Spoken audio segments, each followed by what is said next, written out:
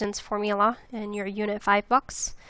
All right, so if you notice on exercise 1, okay, it talks about the idea of, we've already learned about the Pythagorean theorem, which was a squared plus b squared equals c squared. Okay. And that is used to find the length of a line segment. Okay. Besides just the word length, they can also use the idea of the word distance between 2 points. So those two are interchangeable.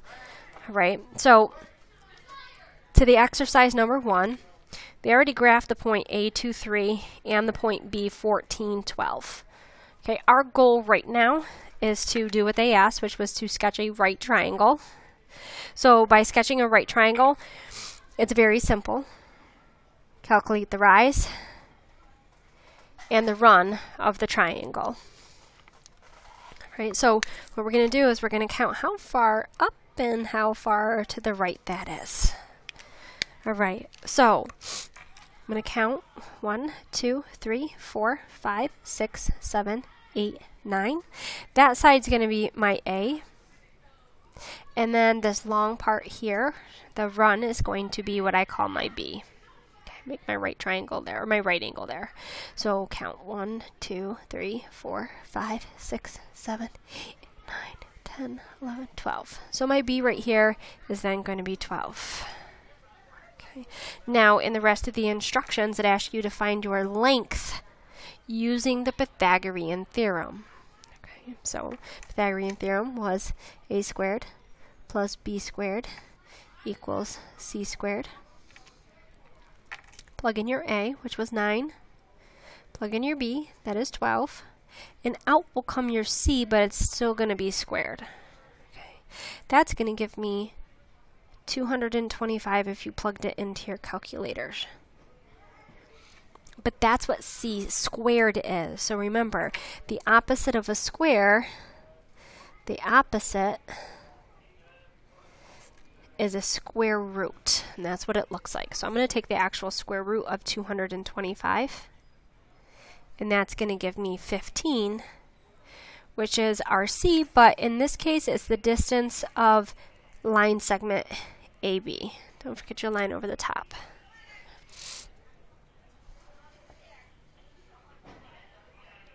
And that's how we would find the distance between 2 points. Now eventually we're going to show you the formula, but I'm going to stick with that for right now. Right. So now if I look at exercise 2, and I'm going to use a graph to kind of model this. Now when we talk about the word find the distance, we're really talking about how far is it between one point to the next. Now I can do this graphically, which I will in just a second, but I can also think about this mathematically. Like, how far is it from the x-coordinate of the first point to the x-coordinate of the second point? Well, that's a change of 2. And then I can think about it the same fashion for my y-coordinates. How far is it from 5 to 11? Well, that's 6. Okay, so I'm going to do that graphically so you can make the connection of the rise and the run of 2 and 6. Okay, so here I'm going to plot it because it says to draw a right triangle, but it'd be easier to see on a graph. So the point 1, and then up 1, 2, 3, 4, 5. And then the other one's 3, 11, which slightly goes off this graph that I'm using of here. Right. So now we're looking for the length between, and I'm going to connect these with a straight edge, of these 2 points here.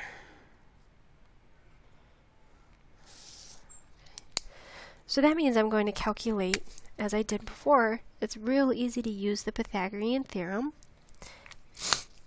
Now if I actually count these, the rise is the change of from the y to the y, which is 1, 2, 3, 4, 5, and up one more, that's 6.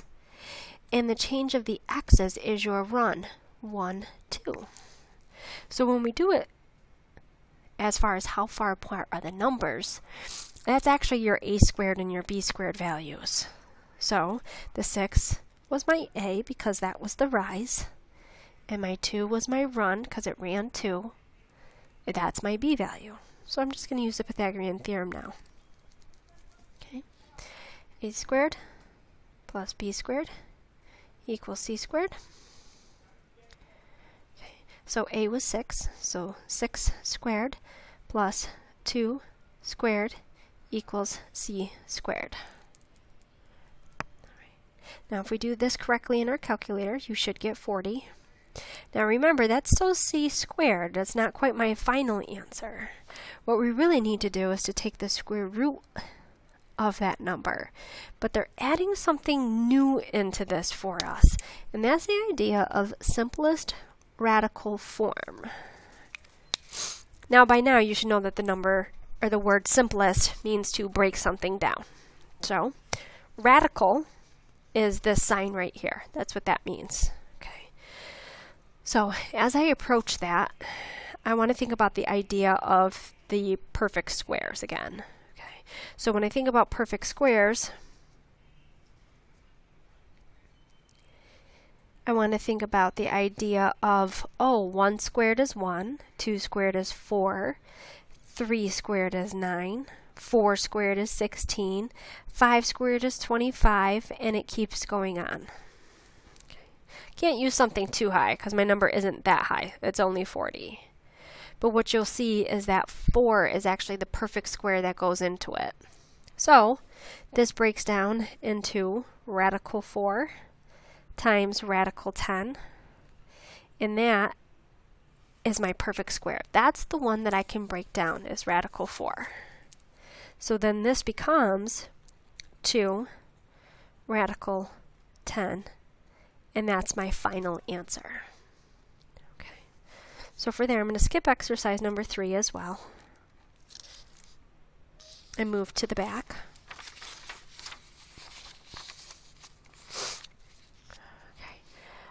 On the top of the page here, they actually show you the distance formula, which it is the Pythagorean theorem. If you look, the distance between your x's was what I called the b, but in this case I'll call it a for the purpose of, here's your plus sign, that's plus. This right here was your b squared, and then the last thing that we always did was essentially take the square root. So that's where this square root is coming in. So if we're looking at this, the distance formula is the Pythagorean theorem. Okay, so I'm going to find the distance of these. Now again, you can either use graph or you can think about it mathematically. I'm going to approach the first one mathematically. X, Y, X, Y. So from 3 to 15, that's a change of 12. It went up 12. And from 12 to 7, it went down 5. So I usually represent that with a negative number. So these are my A and my B's. So A squared plus B squared equals C squared. Now you're going to have to be careful for this one. 12 squared plus, and now we're going to type in negative 5 and then square it. Now when you go to put this into your calculators, you have to be careful that the negative does indeed have to be inside the set of parentheses. Okay. So you would plug all that into the calculator, parentheses included, and you wind up getting 169 equals c squared. And that's actually one of our perfect squares. So when you type this into the calculator of the square root of 169, you get 13. And that would be my answer. That's going to be my C value. Okay, if you like that method, use it. I'm going to demonstrate again it on graph, just in case you prefer the graph method. Negative 3, up 1, and the other point is 5, 7. 1, 2, 3, 4, 5, and then up 1, 2, 3, 4, 5, 6, 7.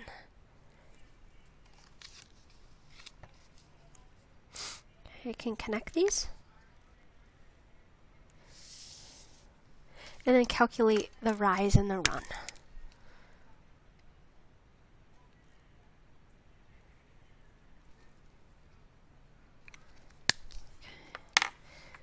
Now if we count 1, 2, 3, 4, 5, 6, and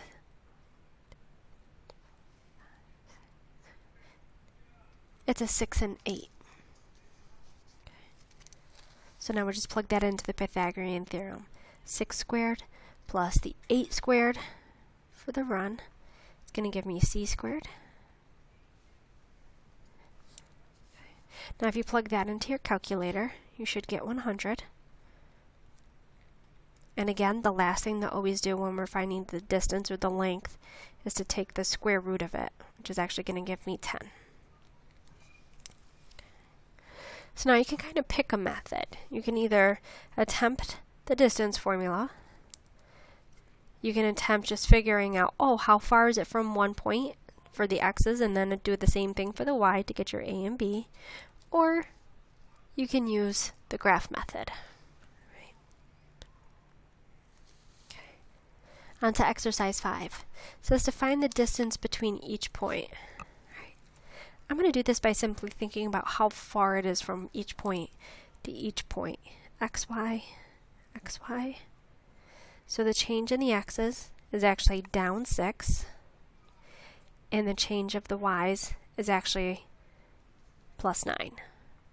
Okay, so that's going to give me my a and my b. So I'm going to do negative 6 squared plus 9 squared. Now if I type that into the calculator, it's going to give me, oh, let me see,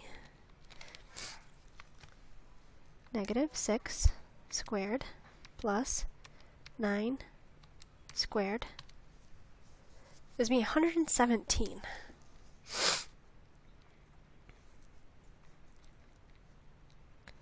But when I go to take the square root of this, you'll see it gives you a decimal. So I'm going to have to go back up to the instructions and read. It says simplest radical form, which that's your clue to think about, oh, what's the perfect square that goes into this? Okay.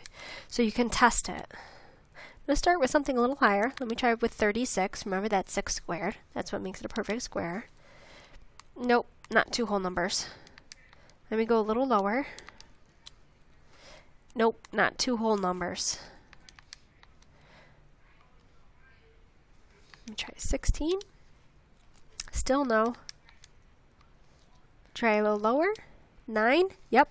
Looks like I'm going to use the square root of 9 and the square root of 13. I'm looking for something that when I divide it by the whole perfect square, it comes out to be a whole number. Okay. So this is going to break into, when I take the square root of 117, it's going to break into the square root of 9 and the square root of 13. Okay, the square root of 9 is your perfect square. So that means that that's going to give you an answer of 3 radical 13. And now we'll do the last one. It's always helpful to label your points as an xy, xy, so you don't pair them incorrectly. Okay. The change in the x's went from negative 2 to a positive 8, so that's a change of a positive 10. And the y's changed by a positive 5. So 10 squared plus 5 squared equals c squared. Right? If I plug this into the calculator, I get 125. Okay, and again, remember my last step was usually the square root of 125, which when I do that, I'm not going to get a nice number. So that should be your clue. You need to break it down. Okay, so 125 is actually divisible by the perfect square 25, and that's times 5. If you multiply these two, you get the same answer as this. There's your perfect square. That gives you 5 radical 5. Okay. Then the last one has another key vocabulary. Given the triangle with these 3 points, we would like to prove that it is isosceles. So again, isosceles means 2 equal sides. So if I look at this triangle, it looks like that AB might be the same length as AC. So I think that maybe AB, side AB, is going to be equal to side AC. Let's prove it. Okay. Since I have a triangle, I need to find the length of two sides. Okay. So I'm going to do my rise, and I'm going to do my run for just side AB here. Okay. So I'm going to do AB has a rise of 1, 2, 3, 4, 5, 6, 7, 8. So I'm going to do 8 squared plus, and then the run. 1, 2, 3, 4, 5, 6. Okay.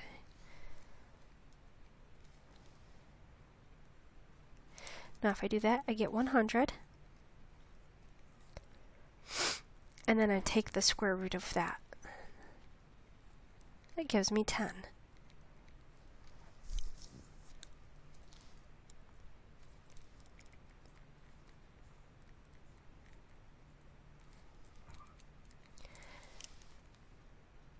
Now I'm going to do the same thing with AC. I'm going to find the rise and the run of AC.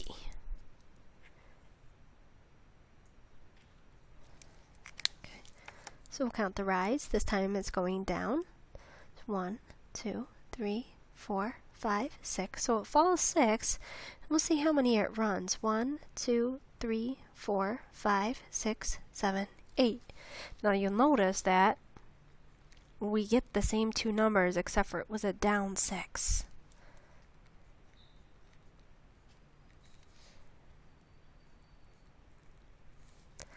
Okay, and we're referring to AC as side C squared. Okay, this still gives you 100. And if you'll notice, the numbers are the same. So then indeed, this is going to be an isosceles triangle because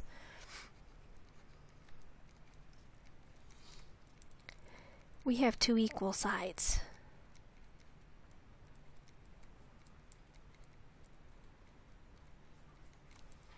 Because AB is equal to AC. Right? All right, and that was your lesson for today.